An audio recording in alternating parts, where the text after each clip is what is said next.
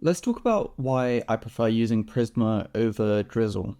But before we get into the specifics, let's have a look at how we actually define a schema in both languages. For Prisma, you have your own custom file type with the .prisma extension.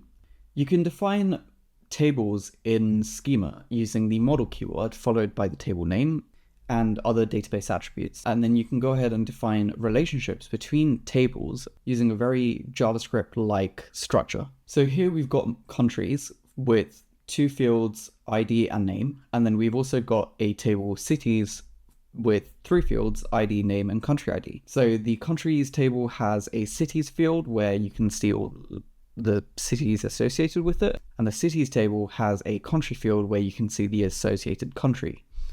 And you can see the fields that it's referencing. So here it's country ID, and in the countries table, it's the ID itself, which basically creates a foreign key connecting the two. Now, how do we define the same exact thing in Drizzle? You can see on the right that we have a .ts file, which means that it's completely TypeScript. There's no special language, no special structure. It's all written in TypeScript. All I've done is created two tables with the same fields, and I've created a reference between country ID and countries.id, which is the exact same thing as what's happening over here, just written slightly differently. Another thing that I've done is I've applied a unique attribute for both names, and the exact same thing over here. I've created a unique index, which means that it can have at most one name. It can't have duplicate names. So if you've got London, London, then it will fail. And another thing that you might notice is that there's a relations section to Drizzle. And the relations section is Drizzle trying to be kind of like Prisma. It allows Drizzle to query the database in a very Prisma-like way, which I'll demonstrate in a bit. I personally find that the schema.prisma file is a lot nicer to look at, and it just makes a bit more sense to me.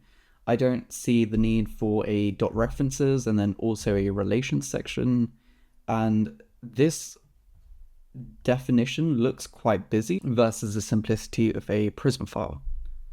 So that was how you create a schema in both languages. Now let's have a look at how you actually query the data in the database.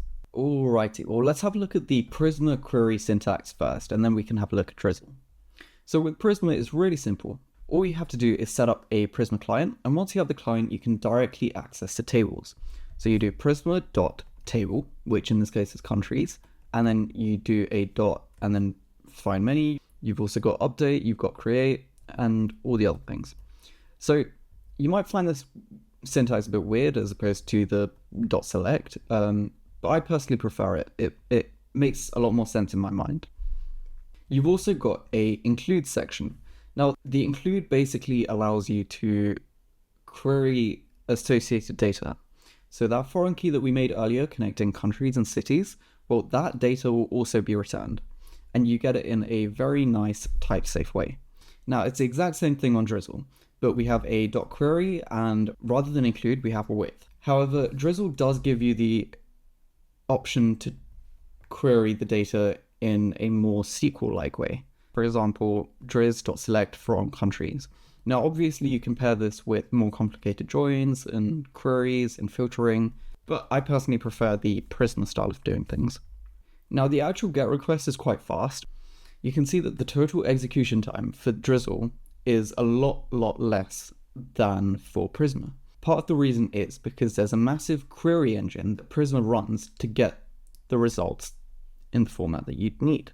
The other disadvantage of using Prisma is that it goes off and potentially does multiple requests to the database that you don't see. Now, that's not the case with Drizzle. Every time you write a Drizzle query, you only at most ever send one request. Let's have a look at another example. Here we've got a patch function, which takes a country name and a city name. And we start off by checking if there's a country with an existing name, well, the same exact name as we've given. If there is, get the ID. If there isn't, create it. And we do the same thing with city. So if a city doesn't exist, then we create it with the country ID created above. And as we can see, we're stacking up Prisma queries, which means that it gets slower and slower. Now, obviously, this isn't ideal. We always want our queries to be as fast as possible. But if we have a look at Drizzle, it's the exact same situation. We're stacking up queries and doing the exact same thing that we would in Prisma. So why do I still prefer using Prisma? Well, if we have a look, the exact same thing I'm doing here, I can do with one single Prisma query. Now this looks kind of funky, but let's break it down. To begin with, we start off with prisma.cities rather than countries, upsert. Upsert basically means overwriting. Even if it exists, we just overwrite it. Now, if we're creating, then we create it with the city name. And we also want to create a connection to the country. Now, here we have a connect or create. In this case, it's basically saying if there's already a country that exists, then connect it. If there isn't, then create it. As you can see here, it's doing a where statement. If it doesn't exist, then we're creating it. And the same thing with the update for the city. City name, country, connect or create, where, and then create again. Now this whole query, in my opinion, is a lot easier to read than stacking many multiple queries. It makes a lot more sense in my mind where you connect and create entities and relationships rather than creating countries and then creating a city and then connecting it directly to the country. All of that, it removes the complexity for me. And that's why I prefer Prisma. However, Drizzle is making massive improvements in this space. They've only recently put out the query API and they're constantly developing it further. If there was one thing that would absolutely let me switch, it would be better documentation on Drizzle's side. Now, by no means is Drizzle a bad option. I just understand the NoSQL side of things a bit better. In my opinion, the graphical way of doing things feels a bit more natural. I'm constantly contemplating whether to use Prisma or Drizzle for my next side project. I guess we'll find out. Well, let me know what you guys thought in the comments below.